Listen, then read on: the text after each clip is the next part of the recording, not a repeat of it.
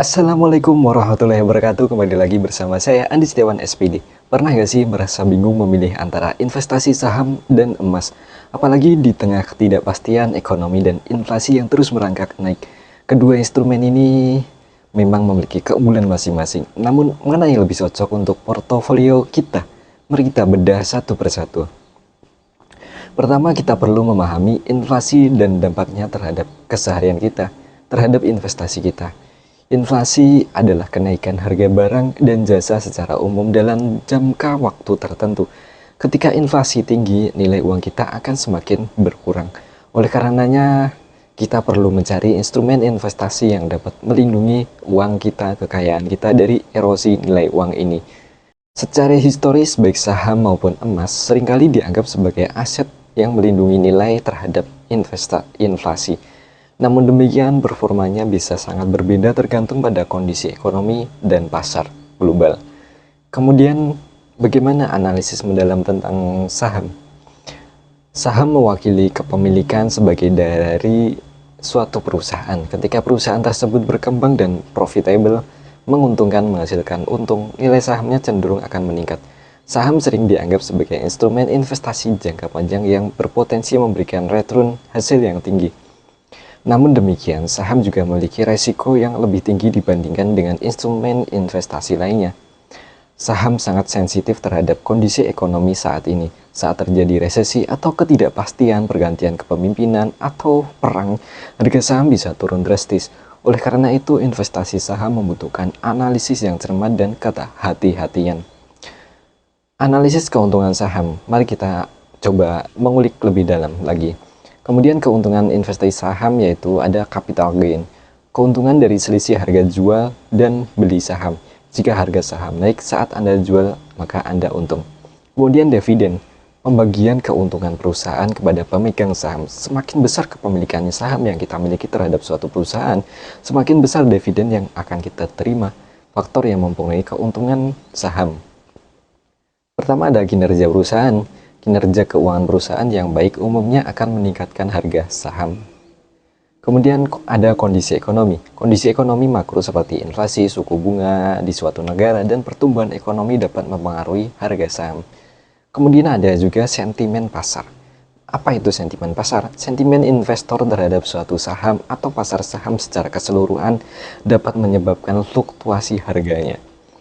Kemudian faktor fundamental, analisis fundamental melihat kondisi keuangan perusahaan secara mendalam untuk memprediksi kinerja masa depan.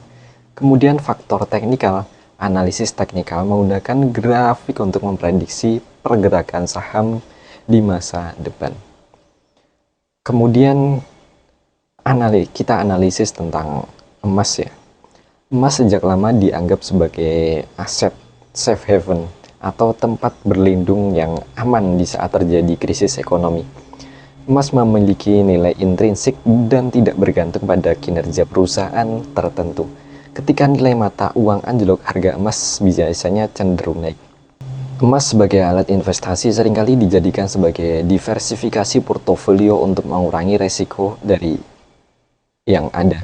Namun emas tidak menghasilkan dividen atau bunga seperti saham, sehingga potensi pertumbuhannya lebih terbatas. Alasan investasi emas cukup menarik untuk kita. Pertama, melindungi nilai inflasi. Emas cenderung mempertahankan atau bahkan meningkatkan nilainya selama periode inflasi. Kemudian, emas adalah aset aman. Saat pasar keuangan bergejolak atau ekonomi global tidak stabil, terjadi perang, investor seringkali beralih ke emas sebagai tempat yang aman untuk melindungi kekayaan mereka. Kemudian, faktor diversifikasi portofolio. Menambah emas ke dalam portofolio investasi kita dapat membantu mengurangi resiko keseluruhan karena emas memiliki korelasi yang rendah dengan aset lain seperti saham dan obligasi. Kemudian likuiditas, emas mudah dibeli dan mudah untuk dijual, sehingga investor dapat dengan cepat mengubah aset ini menjadi uang tunai jika diperlukan, karena faktor kepercayaan masyarakat yang sudah percaya dengan emas. Kemudian mana yang lebih menguntungkan?